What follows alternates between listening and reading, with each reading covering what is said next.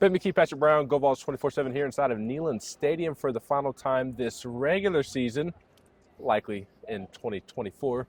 Tennessee beats UTEP 56-0. I almost said 55-0 because I wanted my prediction to be spot on, just a point off. So I'll try to be better next week. Close only counts in horseshoes and hand grenades, Ben. That's right. And it was close in the first quarter today for Tennessee, scoreless in the first quarter to be exact. I kind of think the emotions of senior day played a role in the slow start, but eventually the offense gets going. The defense pitches a shutout, and overall for the offense, it did end up being a nice day at the office. Yeah, the first quarter was rough. All sides. I mean, you had offsides on defense. You had chances at sacks, and quarterback gets out and scrambles first downs. You had a trick play. Actually, 2 trick plays. Only one of them counted.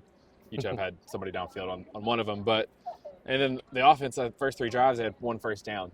Nico missed a touchdown to score wide on the first play. Those are his words, not mine, in terms of the touchdown part. Missed one over the top to Brew. They didn't see a blitz and gave up a sack by the goal line. But they finally got going on that 4th drive, got a 3rd and 8 conversion with Dylan Sampson, and it was kind of that started the onslaught. Next drive, you get a Ricky Gibson fumble, short field.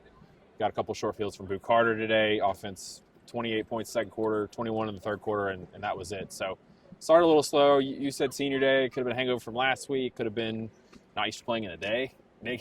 I mean, probably a lot of everything. UTEP being here, it's a little chilly. Could have been a lot of things, but Tennessee was sluggish in the first quarter. But once they woke up, it was a mismatch like we thought it would be. Yeah, and that's your game recap. The big storyline today, the big talking point. We got to talk about Brew catching 2 touchdowns. All right, we'll talk about Brew before we talk about playoffs. It was very nice to see Brew finally get in the end zone today. Yeah, on senior day. Of course. And Josh Heupel had just talked about how hard he plays and just how great of a teammate he is. And so that was probably the highlight today from the senior day standpoint, was just seeing him score twice and run across. And he said he promised his mom that he was going to get in the end zone, so he had to make sure that she saw him in the end zone. He and Cooper Mays talked about taking a little more time on the ball walk, soaking in those last moments. So that's part of this as well. We're going to talk about senior day maybe infecting their play. You can talk about some of just the good things that you see with moments like that. Now to the playoff stuff. That was your Brew McCoy recap. Now is your college football playoff recap. So far, so really good for Tennessee. Not so far, so good. So far, so really good. Ole Miss goes down in the swamp to Florida. Tennessee fans were gator chomping. They were. In this building when the scoreboard showed the final. And then that one obviously helps Tennessee the most, but also seems like Indiana, the final score looking closer than the game actually played out, but Indiana losing by multiple scores at Ohio State, that theoretically should help Tennessee as well. Yeah, we talked about Indiana and Wes behind the camera there as steam is coming out of his eyes. Surprised he hasn't jumped in front of the camera to steal a mic. Yeah, and so, I mean, Tennessee were the first team out, so you needed some help, and you got some help today. Well, yep. You never trust the committee. You never know what they're going to do. I would say Ole Miss losing is obviously a much bigger deal because it's going to move you up in the pack of SEC teams. Moves you to the 4th SEC team. Right. You don't want to be the 5th team in the SEC pecking order because the SEC is probably not going to get 5 in unless your Army Black Knights beat Notre Dame or Minnesota beats Penn State, which is going on right now, I believe. Minnesota up at halftime. Right. So, Indiana needed to get blown out. They pretty much were, but it's easy for the committee to come out and say, well, it was close at half and, all this other stuff. And apparently there was some stumping going on in the broadcast as well. So, for Tennessee, it's shaping up that you're probably going to be on the right side of the bubble going into Vanderbilt, which makes that ideally a win and in game. I will point out that the scenario that Tennessee does not need is Texas A&M behind them. And if Texas A&M wins tonight against Auburn and against Texas next week, they're going to Atlanta. And would probably jump Tennessee in the process. Probably, because I have a hard time seeing the committee dropping a team out that gets to the SEC championship game. Now, if A&M went there and lost by 40, that'd be different. But that would be a case where, again, that's a scenario you don't want. So, and it's unlikely.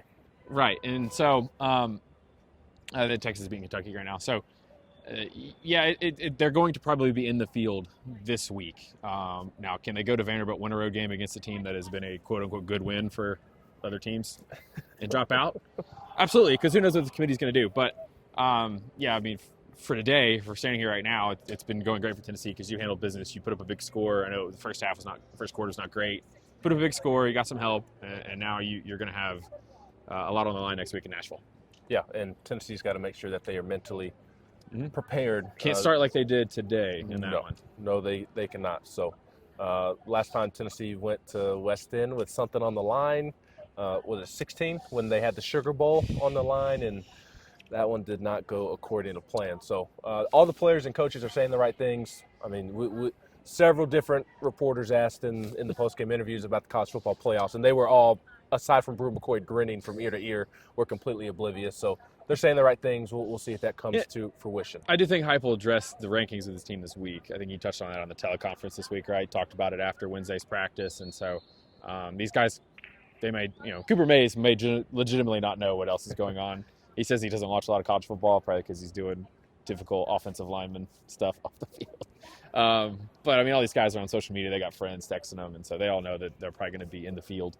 And so they know that they've got to go win next week. And they were going to have to do that anyway, whether they got help today or not. Yeah.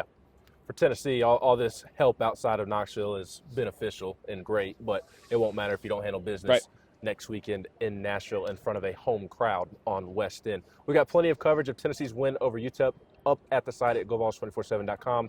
And, of course, we will throughout Thanksgiving week as well, which, by the way, happy early Thanksgiving. I guess we'll reconvene on Monday, but who cares anyways? Another early happy Thanksgiving for you. He's Patrick Brown. I've been McKee.